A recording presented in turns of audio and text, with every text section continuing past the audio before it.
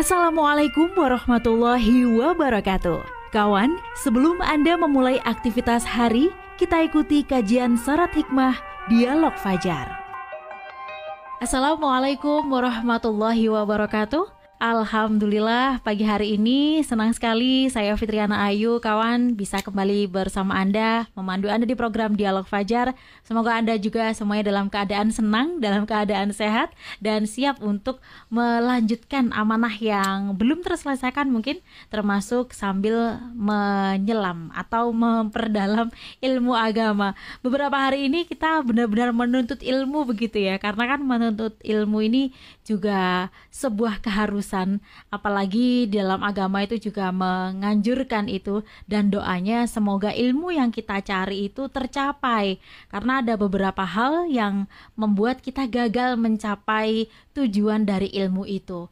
Beberapa waktu lalu Ustadz Mim juga sudah menceritakan tahapan-tahapan menuntut ilmu yang dicontohkan oleh sahabat Umar bin Khattab. Alhamdulillah pagi hari ini bisa kembali bertemu dengan Ustadz Mim Saiful Hadi dari Pesantren Al-Quran Nurul Falah Surabaya. Assalamualaikum Ustadz Mim. Waalaikumsalam warahmatullahi wabarakatuh. Alhamdulillah, terima kasih Ustadz sudah sampai. Sehat ya Ustadz? Alhamdulillah sehat luar biasa. Semangat, Allahu Akbar. Alhamdulillah, ini jadi semangat juga Ustadz untuk menuntaskan tiga tahapan ya Ustadz ya. Tahapan menuntut ilmu yang dicontohkan oleh sahabat Umar bin Khattab. Yang pertama, supaya kita ini tidak kemaru atau sombong gitu ya. Jangan kemaru atau sombong yang kalimatnya benar, tidak berhenti pada kemaru. Berhenti, betul Ustadz, betul Ustadz, alias memperdalam gitu ya Ustadz ya. Nanti. Betul. Kalau sudah dilanjutkan tawaduk tadi, melatih kita. Kadang itu kan rentannya manusia itu pengen menyela ketika orang berbicara gitu loh Ustadz ya. Nah ini kita latih. Emosi. Betul Ustadz. Merasa benar tadi Ustadz. Merasa sudah paling ini gitu ya Ustadz ya. Nah kalau untuk yang tahapan menuntut ilmu yang ketiga yang dicontohkan oleh sahabat Umar bin Khattab itu seperti apa? Monggo bersama Ustadz Mim Saiful Hadi. Baik, terima kasih Mbak Ayu, terima kasih kawan-kawan semuanya. Alhamdulillah, tsumma alhamdulillah. Alhamdulillah rabbil alamin ala kulli halin wa nikmatin. Allahumma shalli wa sallim wa barik ala sayyidina Muhammadin wa ala alihi wa sahbihi ajma'in. Amma ba'du. Kawan-kawan sekalian dirahmati oleh Allah, tidak ada yang mulia, tidak ada yang agung, tidak ada yang paling indah untuk membuka perjumpaan kita di pagi hari ini kecuali ucapan Alhamdulillah, pujian syukur atas semua nikmat yang Allah berikan kepada kita. Tarik nafas kita panjang-panjang dan kita keluarkan dengan ucapan Alhamdulillah. Bisa bangun pagi, kemudian ini bisa mendengarkan suara ini kan, ini telinganya sehat ini. Masya Allah, betul Ustaz. Kalau nggak bisa berarti kan ya perlu diperiksa ya Ustaz ya. Ya Allah. Tidak ada agenda ketemu dokter THT kan ya. Betul. Masya Allah. Alhamdulillah. Kemudian kita melanjutkan Mbak Ayu ya. Iya. Ini kalau sebetulnya kalau mau kita lebih berlama-lama ya bisa loh Mbak Ayu nih. Ini kita agak pendek-pendekkan saja ya. Apa yang disampaikan atau tips yang disampaikan oleh Sayyidina Umar bin Khattab radhiyallahu an. Nanti bisa dengan Imam Ghazali, bisa dengan Imam Syafi'i Masih banyak lagi ulama-ulama kita yang sudah jelas atharnya, jejaknya, bagaimana beliau menuntut ilmu, apa buahnya, dan kemudian apa hikmahnya, atharnya hingga hari ini bisa kita nikmati. Nah, kali ini kita sampai pada tipsnya Sayyidina Umar yang ketiga, yaitu dia merasa tidak ada apa-apanya itu. Jadi dia semakin bodoh maksudnya gitu ya. Ini kan sebetulnya sudah sangat biasa ya, kita sejak dulu diajari oleh orang tua kita ya, guru-guru kita, bahwa ilmu padi makin berisi makin merunduk. Kan itu ya. Betul. Itu tawaduk sebenarnya kan di situ ya. Tawaduk itu kan di situ. Makin bersih dia makin merunduk. Nah, ini malah dia semakin dia belajar, berarti semakin dia dalam menyelam dalam lautan ilmu, maka dia akan merasakan, waduh, semakin tidak tahu saya ini ternyata. Semakin banyak yang kita tidak mengerti. Dan yang paling tinggi kita merasa bahwa tidak ada tidak ada yang bisa kita ketahui kecuali Allah memberitahu kita. Jadi apa yang dia dapat, apa yang dia peroleh itu semuanya adalah anugerah dari Allah. Maka doanya kan sekali lagi, Rabbi zidna ilma warzuqna fahma. Jadi kefahaman itu adalah rizki. Rizki itu pemberian dari Allah kepada kita. Jadi kita bisa tahu ini, saya bisa ngomong begini, saya bisa paham ini dan itu. Itu sesungguhnya bukan punya saya. Itu Mbak, ini penting. Ini bukan punya saya, ini punya Allah. Maka di dalam dunia ilmu, dalam Islam itu tidak ada istilahnya hak paten, itu tidak ada Mbak ya. Tidak dikenal dalam dunia. Kalau kita nanti bicara kembali kepada sejarah peradaban Islam itu tidak dikenal sejak dulu itu hak paten, itu tidak ada. Kenapa? Karena ilmu ini pemberian dari Allah. Maka sebanyak mungkin kita berikan, kita bagikan, kita tularkan, kita ajarkan sehingga kita dapat jariahnya. Lah itu kan jadi ke sana nanti. Jadi kalau orang pikirannya adalah ini milikku, itu kan itu ya, ini ilmuku, ini pengetahuanku, kan tidak sampai pada yang ketiga ini. Kan dia tidak punya apa-apa. Aku iso ngene, aku itu bisa begini Allah. Karena Allah. Itu. Aku diberi oleh Allah. Aku dibisakan oleh Allah. Aku dimengertikan oleh Allah. Aku difahamkan oleh Allah. Warzuqni fahma. Itu mendasar sekali, konsep ini mendasar sekali. Sehingga dia betul-betul tidak pernah mengklaim gitu ya. Apa yang dia dapat itu adalah miliknya. Apa yang dia pahami itu yang dia miliki tidak. Tetapi itu semua adalah pemberian dari Allah. Masya Allah. Karena tidak semua orang diberi seperti saya. Ini contohnya gitu ya. Tidak semua orang bisa berada di hadapan Mbak Ayu ini kan itu ya. Tidak semua orang bisa berada di forum ini. Ini adalah pemberian dari Allah. Maka dari itu, ini berarti amanah dari Allah untuk saya bagikan, saya sampaikan, saya share kepada siapa saja yang membutuhkan, yang memerlukan, yang mengharapkan, kan begitu. Lah, sikap hati, sikap pikiran, sikap perasaan bahwa dirinya tidak punya apa-apa, tidak ada apa-apanya, itu yang kayak gitu itu contohnya. Sehingga nggak pelit Mbak, gitu ya, nggak hitungan itu ya. Jadi ilmu tidak dikapitalisasi gitu ya, tidak dikapitalisasi, tapi ilmu betul-betul menjadi alat, menjadi alat untuk mencapai sesuatu.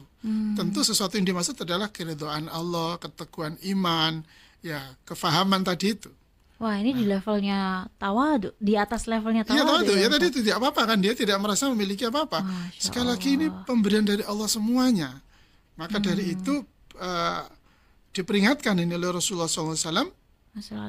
Afatul ilmi an-nisyanu wa idha'atu an tuhadditsa bi ghairi ahli. Lah ini masalahnya kemudian. Kenapa nggak sampai di level yang ketiga atau di tahapan yang ketiga?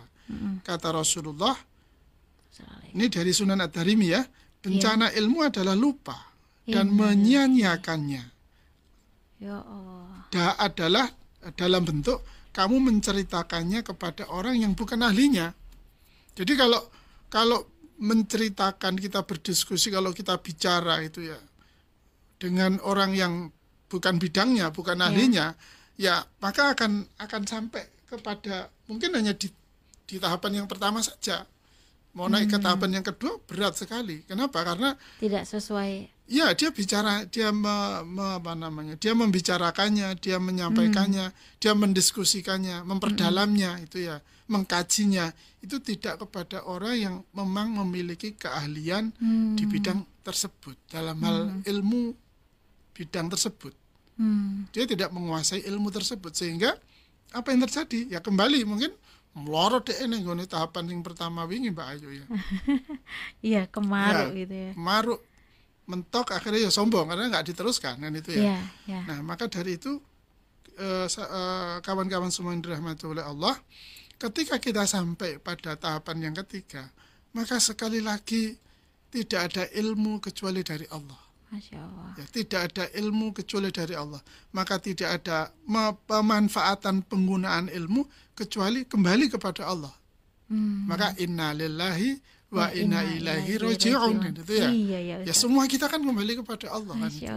Apa yang diberikan kepada Allah ya kan kita kembalikan kepada Allah. Maka sekali lagi nek kemaruk yo iki nggonku tak pei tak klaim gitu kan ya. Tak aku tak iki nggonku lapo kan itu ya. Itu yang terjadi. Kalau sudah begitu ya dia tidak akan sampai pada tahapan yang ketiga karena wekku enggakku kan itu. Loh, siapa yang menghidupkan kamu? Siapa yang menciptakan otak menjadi memori menerima semua ilmu itu? Kemudian prosesornya begitu canggih sehingga ilmu mulai zaman TK, bahkan bayi sebelum lahir pun itu sudah masuk dalam memori kita, kemudian terproses dan kemudian menjadi kita hari ini. Loh, itu siapa yang menginvestasikannya, siapa yang menyiapkannya, siapa yang memprosesnya? Semuanya kan dari Allah. Iya, betul. Saraf kita ini kalau diganggu satu saja tuh. Wah, nyaut kemana-mana. Dari sekian miliar saraf yang kita miliki, terus buyar kan? Iya betul. Buyar kan?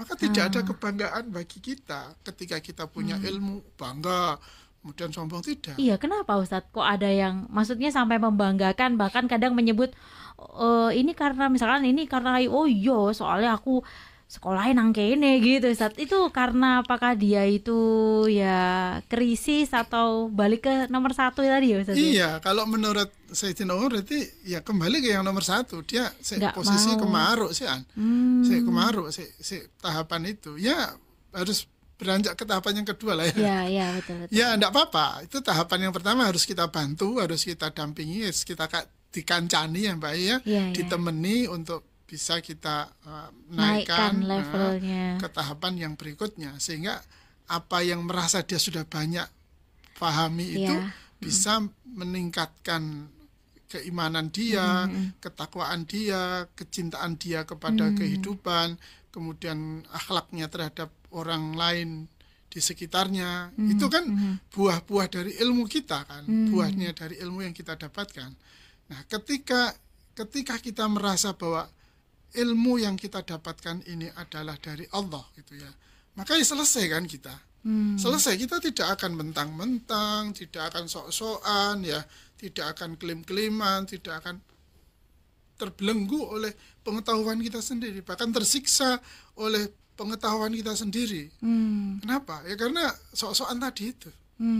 Ini betul bahwa jika kita semakin banyak belajar, maka semakin banyak ilmu, maka harusnya hatinya semakin terang gitu ya. Allah. Hatinya semakin terang, langkah hidupnya semakin terarah itu ya. Kemudian hasil buahnya semakin nikmat untuk dirasakan itu ya. Sekali lagi bukannya terus menunggu kaya, banyak harta gitu kan ya. Atau bagaimana keadaan yang sifatnya material, tidak hanya itu maksudnya.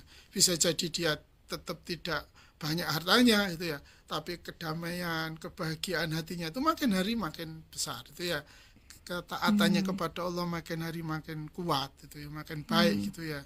Begitu pula kalau dia diberi oleh Allah kekayaan, harta yang banyak, ya dia makin bahagia juga karena semakin banyak dia bisa memberi manfaat kepada orang lain kan itu ya. Hartanya semakin bermanfaat untuk kehidupan itu.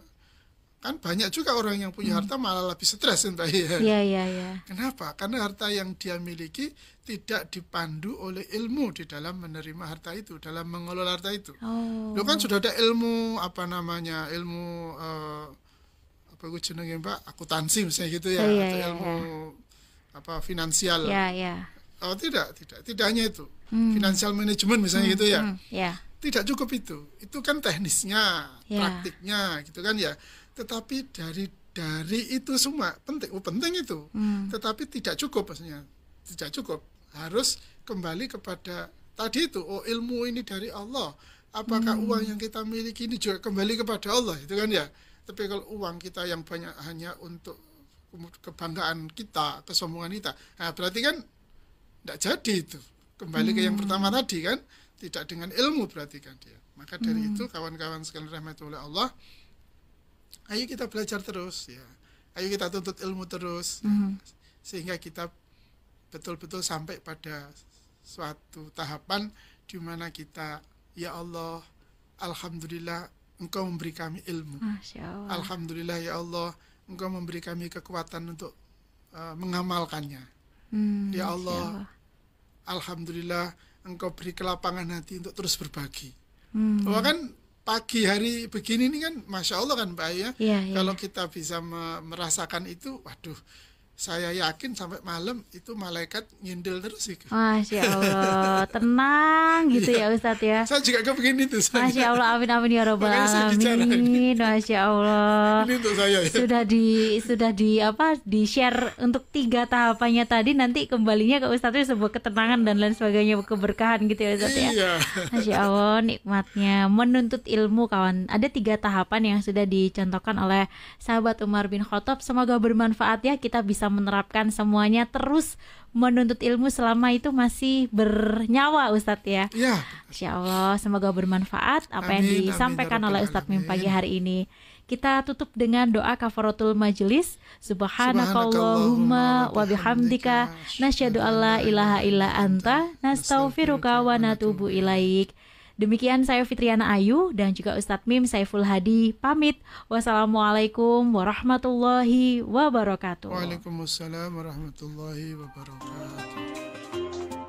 Program Dialog Fajar yang baru Anda simak kerjasama Suara Surabaya dan Pesantren Al-Quran Nurul Falah Surabaya, lembaga dakwah yang amanah, profesional, dan berbasis Al-Quran. Pesantren Nurul Falah mencetak guru-guru Al-Quran dengan metode tilawati dan tahfidz Al-Quran. Informasi dan pemberian donasi hubungi 031 828 1278 atau nurulfalah.org. Wassalamualaikum warahmatullahi wabarakatuh.